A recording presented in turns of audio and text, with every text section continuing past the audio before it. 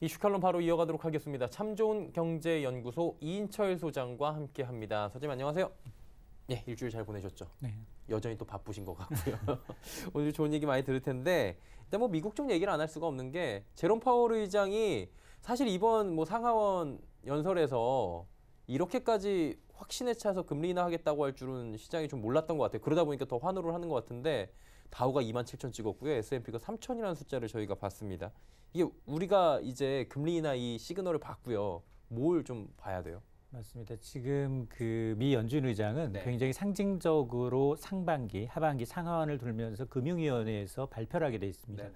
그게 전반적으로 이제 미국 중앙은행의 앞으로의 통화정책 방향성을 읽을 수 있는데, 근데 그동안 계속해서 이제 트럼프 대통령이 금리 너무 빠른 속도로 오르고 있다라고 이제 분명히 경고를 했음에도 불구하고 마이웨이였어요. 그러면서 갑자기 또 이제 경제 지표가 둔화되고 세계적인 교역이 좀 줄고 미중 무역 전쟁이 길어지면서 급선회합니다. 근데 또 최근 발표되는 지표가 좀 엇갈려요. 나쁘지 않더라고요. 그렇습니다. 고용 지표가 또 좋게 나오면 연준이 가장 통화 정책에 반영하고 있는 게 고용 지표와 물가입니다. 이 두 가지 지표를 보고서 통화 정책 방향을 정하는데 지금은 사실 좀 어정쩡해요. 그럼에도 불구하고 이제 상하원 이 금융위원회의 연설을 통해서 거의 쐐기를 박는 듯한 통화 정책을 운영하는 수장으로서 굉장히 강력하게 금리 인하 가능성을 시사를 하고 있습니다. 그리고 지난달에 있었던 이제 연준이 FM 의사록을 보게 되면 당시에 연준 의사들이 어떤 스탠스를 갖고 있는지를 보게 되면 거기도 뉘앙스는 역시 통화 정책을 완화하겠다라는 데 방점이 찍혀 있습니다. 이러다 보니까 지금 하반기 첫 통화정책 회의가 이번 달 말에 있어요. 30일과 31일 있는데 뭐 거의 기정사실화하는 분위기. 이러다 보니까 증시는 선반영해서 지금 사실 증시가 제가 계속 말씀을 드리지만 글로벌 금융위기 이후 이보다 더 좋을 수는 없다 수준이거든요. 굉장히 상징적으로 S&P 500 지수 3,000 그리고 다우존스 산업평균지수가 이제 27,000대를 찍었는데 정말 마지막 불꽃놀이를 하고 있다라는 생각이 듭니다.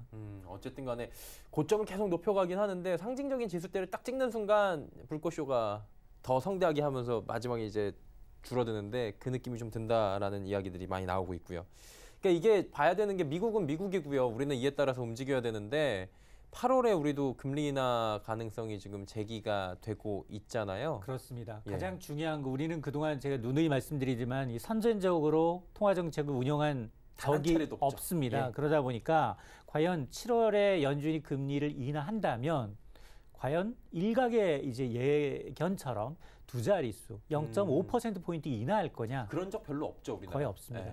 우리나라도 없을 뿐더러 무슨 위기가 쇼크가 왔을 때는 물론 있습니다. 근데 미국도 마찬가지거든요. 어떤 갑자기 이제 뭐 리만 브러더스와 같은 대형 은행이 파산을 하거나 그런 경우에 있습니다. 있지만 이제 두 단계로 인하할 건지 아니면 쪼개서 하반기에 두 번 뭐 이렇게 할 건지에 대해서는 연준이 내부의 의견과 경기 인식의 차이기 때문에 타이밍은 7월 말이 맞지만 과연 우리가 그러면 당장 다음 주에 있어요, 우리는.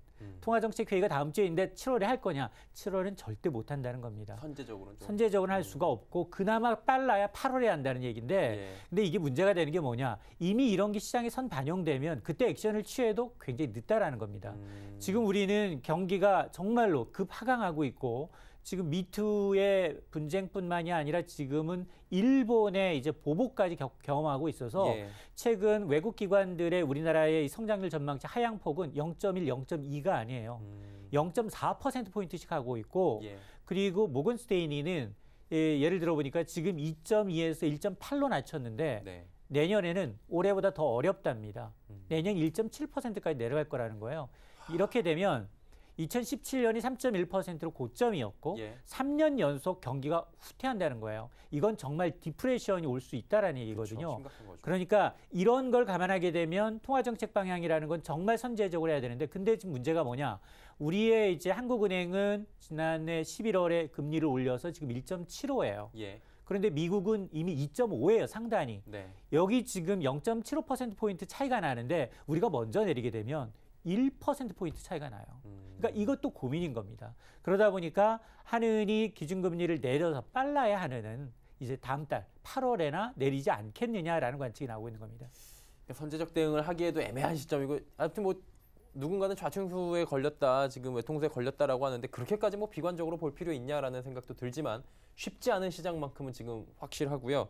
그리스 얘기를 안 할 수가 없는 게 그리스가 사실 뭐 많이 비견이 돼요. 우리나라 경제하고도 뭐 구조가 다른 부분도 분명히 많겠지만 뭐 공무원이나 아니면은 뭐 여러 가지 포퓰리즘이나 이런 뭐 경고를 하는 입장에서는 많이들 얘기를 하는데 여기가 지금 소위 말해서 우파 정당이 오랜만에 승기를 잡았다는 거잖아요. 이게 어떻게 보는 게 좋겠습니까? 굉장히 이제 오래된 얘기지만 예. 미국발 금융위기의 그 두 번째 타자가 바로 이 피그스라는 국가였습니다. 그쵸. 포르투갈, 아일랜드, 그리스, 스페인. 그 첫 번째 주자가 그리스예요. 그리스는 무려 IMF에 3번이나 손을 벌렸습니다. 2010년, 예. 2012년, 2015년 거의 뭐 3천억 유로, 우리 돈으로 하면 약 400조 원 가까운 돈을 꼬았어요.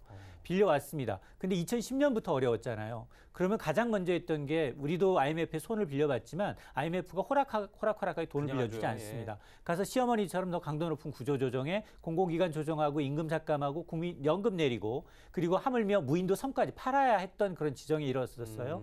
그러다 보니까 내심 정권에 대한 불만 그리고 이제 이런 일자리가 줄어들게 되고 실업률이 오르게 되면 이 정권이 바뀝니다. 좌파에서 우파 정당으로 바뀌었다는 거예요. 근데 우파 정당들이 지금 내놓고 있는 그런 이제 이 캐치프레이즈 정책을 보게 되면 우선 이제 세금 감면해주겠다. 예. 일자리 많이 만들겠다. 그리고 공기업을 민영화하겠다. 그리고 외국인 투자를 유치하겠다라는 겁니다. 자, 이런 얘기를 하게 되면 어차피 세금 풀고 돈 풀고라고 하게 되면 경기 부양이 있을 수밖에 없는데 예. 그러면 그리스의 지금 수준이 어떠냐? 10년 정도 이렇게 강도 높은 구조조정을 통해서 어느 정도 군사는 떼냈다는 겁니다. 지금 한 2% 정도 성장을 기대하고 있는데 이런 이제 이 우파 정당이 나타나면서 4%까지 지금보다 성장률을 이제 2배 정도 끌어올리겠다라는 건데 예. 자, 이렇게 되면 거의 10년 장기 불황에서 좀 빠져나오는 게 아니냐라는 거예요. 이런 것들이 이제 이 신용평가사들이 이제 다소 낙관적인 이제 평가를 하면서 그리스가 어떤 이제 새로운 경제 정책을 통해서 더 단단한 어떤 개혁을 밀어붙일 것이다. 이렇게 되면 이 그리스의 경제 성장 잠재력이 좀 올라가고 사회 경제적인 문제들이 조금 해소될 수 있다라는 긍정적 평가가 나오고 있는 겁니다. 네, 그리스 같은 경우에도 결국에는 이렇게 좀 많이 바뀌는 구조 조정의 신호탄이 왔었는데 이제 결국엔 정권까지 바뀐 모습이 보여졌습니다.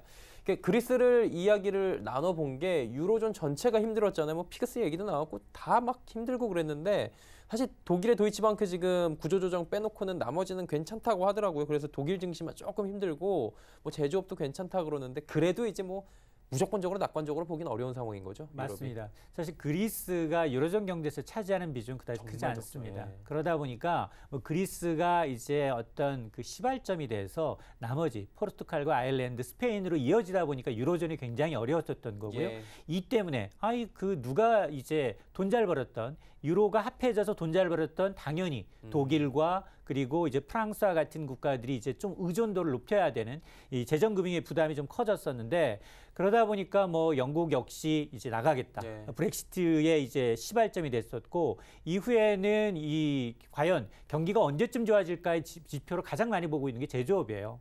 제조업이고 또 유로존 하면 가장 상징적인 게 이제 독일이고요. 그쵸. 그러다 보니까 독일의 이제 제조업 불황이 계속 어느 정도 이어질 수 있느냐 이런 것들이 5월 지표를 보게 되면 약간 반등할 만한 소지가 보이고 있다는 겁니다. 예. 그래서 물론 뭐 한 마리 제비가 왔다고 해서 반드시 뭐 이게 봄이 같이 오는 건 아니지만 그렇다 하더라도 상징적인 측면에서 제조업 부분에서 조금이나가 이제 이 긍정적 이 변화를 보이고 있다라는 건 이제 조금은 기대해 볼 만하다라는 이제 이 분석이 나오고 있는데 그럼에도 불구하고 아직 이 브렉시트가 여전히 진행 중이고요. 그렇죠. 해결되지 않은 이제 미지의 그 문제이고 여기에다가 이제 무역 분쟁이 G2 물론 아직까지 이제 트럼프 대통령이 유럽으로 확전할 어떤 이 생각은 있지만 시도 액션을 하지 않고 있기 예. 때문에 이런 것들의 불확실성이 해소되지 않았기 때문에 단지 제조업 지표 하나가 잠깐 반등한다고 해서 이걸 해소할 수 있는 유로존 전체 경제가 좋아졌다라고 할 수 있느냐 이 부분에 대해서는 뭐 논란이 있습니다. 영국 대사 그 발언 때문에 트럼프 대통령이랑 지금 얘기 있는 것도 있고 아무튼 뭐 지금 유로 쪽이랑도 트럼프 대통령이 언제 어떻게 할지 모르기 때문에 그 부분은 변수다라고 이야기를 했는데 그래도 뭐 괜찮아지고 있고요. 미국 같은 경우 사상 최고치를 지금 쓰고 있는데 우리 시장은 철저하게 소인 게 이게 일본까지 지금 우리한테 속썩이고 있어서 이게 신용평가사들이 신용 등급을 내려버리면 문제가 되잖아요. 지금 이 상황에서. 그렇습니다. 사실 이달 초였죠. 이달 초에 이제 정부가 하반기 경제정책 방향을 발표하면서 올해 성장률 전망치를 정말 많이 내렸어요. 이제 정부로서는 굉장히 뭐 고민이 담겨 있었겠지만 0.2%포인트를 낮춰서 올해 2.4에서 2.5 정도, 6 정도를 하지 않겠느냐라는 겁니다.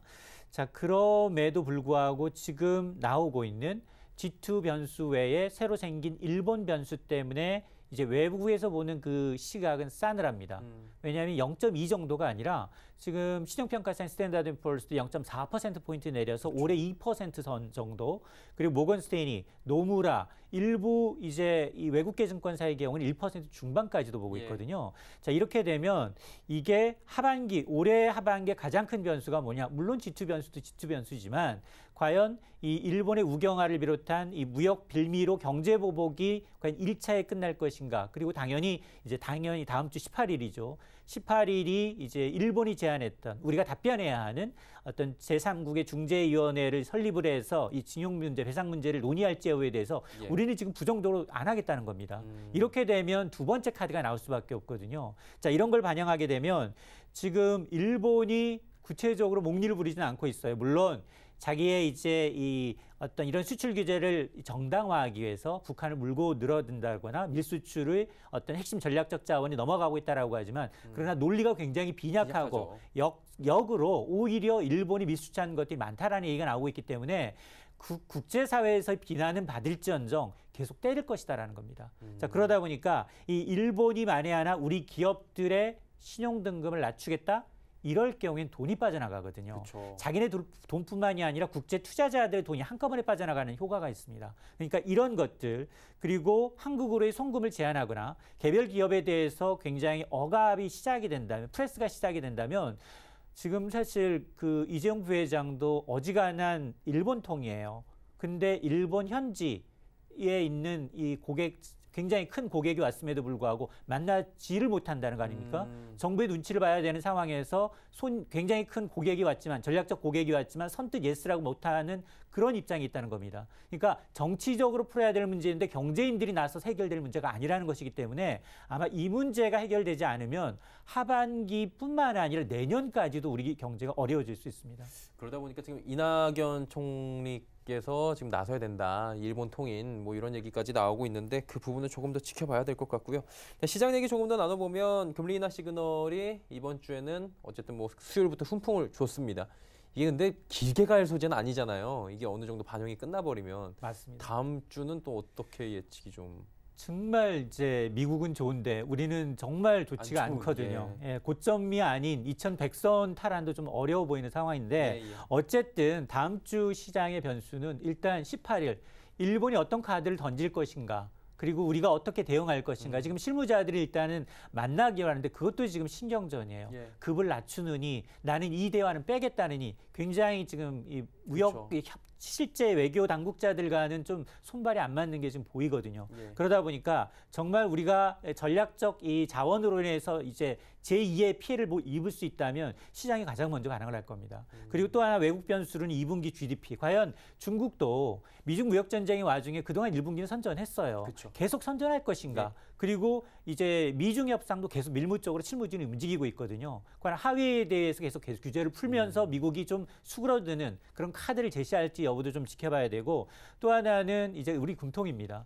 금통위가 사실은 지난 회의에서는 소수 의견이 나왔어요. 그렇죠. 소수 의견이 한두 명 더 쌓이게 되면 다음에 내리겠다는 신호거든요. 그러니까 이런 것들을 좀 봐서 실적은 사실 크게 기대할 게 그다지 없거든요. 이미 시장에 어느 정도 선 반영이 돼 있고, 그러다 보니까 이런 정치 외적인 변수가 더 많이 시장에 반영될 개연성이 높습니다.